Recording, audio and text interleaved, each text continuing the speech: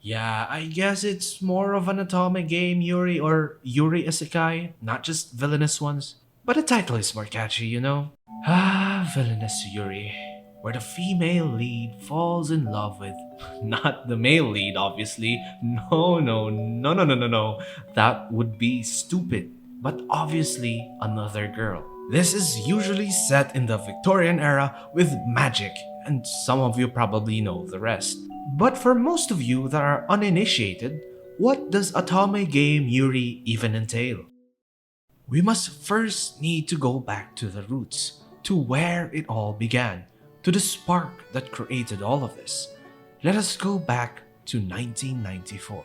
During this time, a dev team comprised entirely of women made a small little game called Angelique, I don't know, but it was published in Japan. Here was the backbone that served as a blueprint to what eventually cascaded to common tropes being used today. The core of it is simple. You, as the player, is what I would like to call a queen's candidate, who is tasked to compete in, as you've guessed, becoming queen, and also to save the world, I guess. All of which is achieved by getting the favors of the guardians, who essentially help maintain order in the universe, and the other chumps that are basically the love interests. I won't go into further detail in this game because, well, I can't read Japanese. But you get the gist.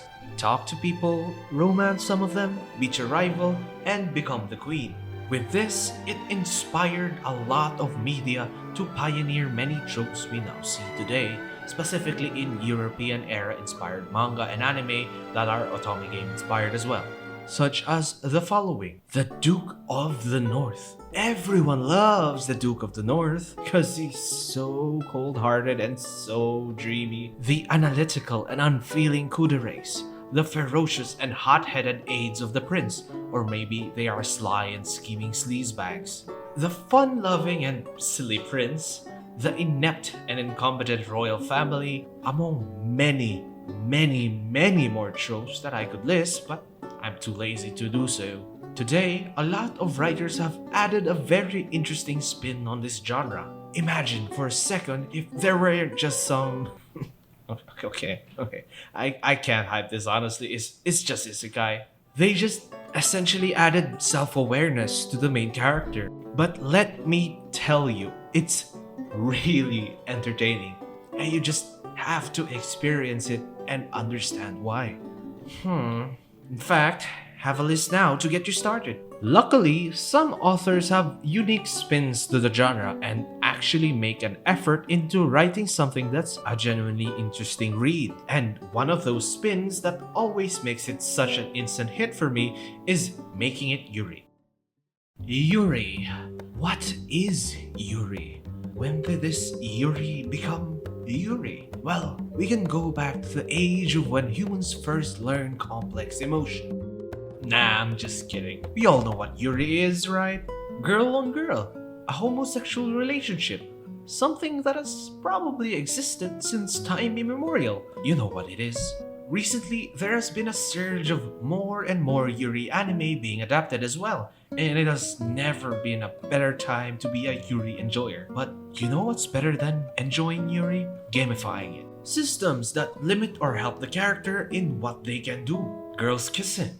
Characters that should be helping the main character, but instead, even if they are nobility or of high education, I guess it can't solve their inherent stupidity. Magic systems. Girls kissing. Knowing the multiple routes and possibly even diverging from them if you're feeling spicy. Quirky gay side ships. Girls kissing. And of course, your state-mandated, overworked, or depressed girl that is somewhat familiar with the confines of the Otome game they are isekai'd in. And girls kissing. Now, I know what you're thinking. There's two little girls kissing, and what's unique about it? But let me tell you, as you sift through all those extremely mundane and mediocre titles, which, let's be honest here, if you have read them, there are seriously some gems. I think by default, Yuri media basically trumps over traditional head slap, especially if it's made in Japan, because Geiger chemistry there goes out the window, with obviously some exceptions being that the author is competent and their publisher isn't stupid. With that said, here are my recommended Yuri manga that you should read. No bias, but this one I implore you to read, and it's definitely not my favorite or anything. Since we are somewhat on the same page now, you might ask me why you should consume Villainess Yuri. Honestly, just try it, because I am very confident that you will enjoy it, because it has some of the most adorable, fun, cute, and beautiful romances, and it would be unjust of me, as someone has seen so much, to not spread the word to other people. And for some reason, the artists always churn out these Pablo Picasso level of art that just look so damn gorgeous. If they aren't overworked, that is. I don't know what it is with Yuri artists, but they are just a different breed, man. And speaking of man, presumably if you are one, why would you want to read a romance about two women if you're straight as they come? Well, first off, we need to understand that gender has nothing to do with enjoying a good romance, as long as you know the writing is there, and Yuri has those in troves. And secondly, as I've said before, there's just better compatibility between the characters that even makes grown individuals such as myself squeal in excitement or feel the despair of the abundance, the plethora of doomed Yuri out there. And if you're simply homophobic, then why the fuck are you watching this video? Get out. Just get out. There's just something special and fun about Yuri, and I've noticed that compared to traditional romance, they don't have to make up some stupid reason for conflict to happen, because inherently there is already spice in the concept of two women loving each other. Not that that's bad, but you know how much homophobes there are in real life. Now, without further ado, let me introduce to you some basic starter packs, if you will, and maybe you'll learn to love this genre as much as I do. Side note though that not every story is perfect, and obviously perception differs from the taste of people to people, but at least give it a shot. And if possible, unlike this stupid idiot that can't pay anything because he's a poor chudling, it would be great if you could support these authors if you have the money, because Yuri Media in general always gets the least amount of support from its publishers. If you know what the dreaded axe is, that always happens to most Yuri Media. And I can even show you all the f***ing amazing ones that have been axed prematurely. To start off is a Chinese manhwa by the name of Please Bully Me, Miss Villainess. And I think this one is a classic, as it has all the essence of what this genre embodies. The reincarnated blonde protagonist Villainess that tries to diverge from the normal route as she tries to protect the down bad and freaky gal that loves her, and having the Himedanshi side character that ships them, which in this case is her brother. And add to that more spice, more angst, with a pinch of a game system that is there if it wants to spice up the story. And a whole lot more. Sometimes a bad art, but we don't talk about those. It follows, how do you pronounce this? Yvonne? It follows her trying her absolute best to not bully the main character of the Otome game, Claire, but is forced to do so because of otherworldly forces. While this one isn't perfect by any means, it has so many things going for it, and that being is the fact that the characters have good chemistry with one another and not just one-dimensional tropes, which in this day and age is a rarity. I believe that this is a good introduction to this genre, and I hope you give it a shot. The magical revolution of the reincarnated princess and the genius young lady. Though this one lacks a villainess, we still have your classic quirky main protagonist and your serious and rigid young lady, who both are the aforementioned individuals in the title. It's a journey of self-discovery and acceptance to love yourself, and that no matter the sacrifice, you will do anything for someone important to you. A story of corruption, of bigots, and uprooting those outdated beliefs. One might even call it a revolution.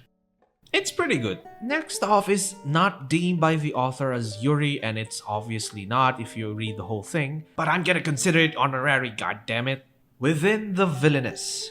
Now, you have to bear with me on this one because The twist here is that the reincarnator, Emmy, is thrust upon the body of Remilia, but the thing is that the villainess Remilia herself still has self-awareness and is able to see all of this unfold before her eyes. Though angry at first, she realizes how much Emmy loves her in the game and does her best to uphold Remilia's image to be a kind and loving individual, which she actually does successfully for a time. This all changes though when rumors started to circulate of how allegedly cruel she is, which all eventually blows up to Emmy getting so depressed that she goes back to the depths of Remilia's mind, leading her to gain control of her body back. And rightfully so, she is pissed and will do anything in her power to right the injustices done to Emmy, and even mimics her personality because she values the hard work she has done over the years in honoring her. Do you not see the Yuri potential in this? Am I just crazy or what? I know it's revenge love, but anyways, just give it a try. I know it's not exactly Yuri, but Next one is one of my personal favorites. The fed-up office lady wants to serve the villainess. I'm just gonna say it, even without mentioning how good the story is, the angstometer is just through the roof. Like, oh my god, it's so f***ing good, man. Here, the main character is not reincarnated to the body of another person, but it's just transported to another world using magic. Very old school. It basically revolves around the villainess, the female lead, and our main character, and that's all I'm gonna say. It would really be great if you could immerse in this yourself, so if by the end of reading this you enjoyed it, I also recommend reading The Helpless Saint and the Powerless Princess. The last one for now is a very spicy NSFW work that honestly is very insane, but very fun, and it's called The Death-Defying Princess Creates a Yuri Harem to Survive. Yeah, can you see why now? Here, there is no individual from modern day reincarnated, but is a RE0 type situation where they constantly respond to certain points in their life until they do something about it, with the something being the constant murder of the main character. Now, you might be thinking, why would someone want to murder her? Well, our main character likes to misappropriate funds of the kingdom, treat people like objects, and constantly engage in debaucheries. Basically, she's 100% an asshole, and deserves everything that happens to her. So what would you do in this situation where people hate you so much that they want to kill you? Apologize? Make amends? That will be weak talk. Obviously, you should them into submission, of course, as any individual common sense would conclude. I won't go beyond that because you really just have to read this because it is an experience, to say the least. The one thing that I think bugs me in the majority of these titles is the lack of actual prejudice and disgust on the concept of two women loving each other. Because for some reason, everyone is at least neutral on the concept. The conflict that does happen is related to whatever magic system or world-ending threat in it. Regardless, all of these are worth trying out, and here even more in another 3x3 format, and maybe I'll even pitch in more in the comments if you ask for some. I hope that you can give these a shot and have your world be changed by the magical power of Villainess Yuri. Maybe you don't, I just really wanted to talk about this. According to the system, it's time for me to head off. So, this has been Tensei, and I hope you enjoyed your stay. Thanks for watching.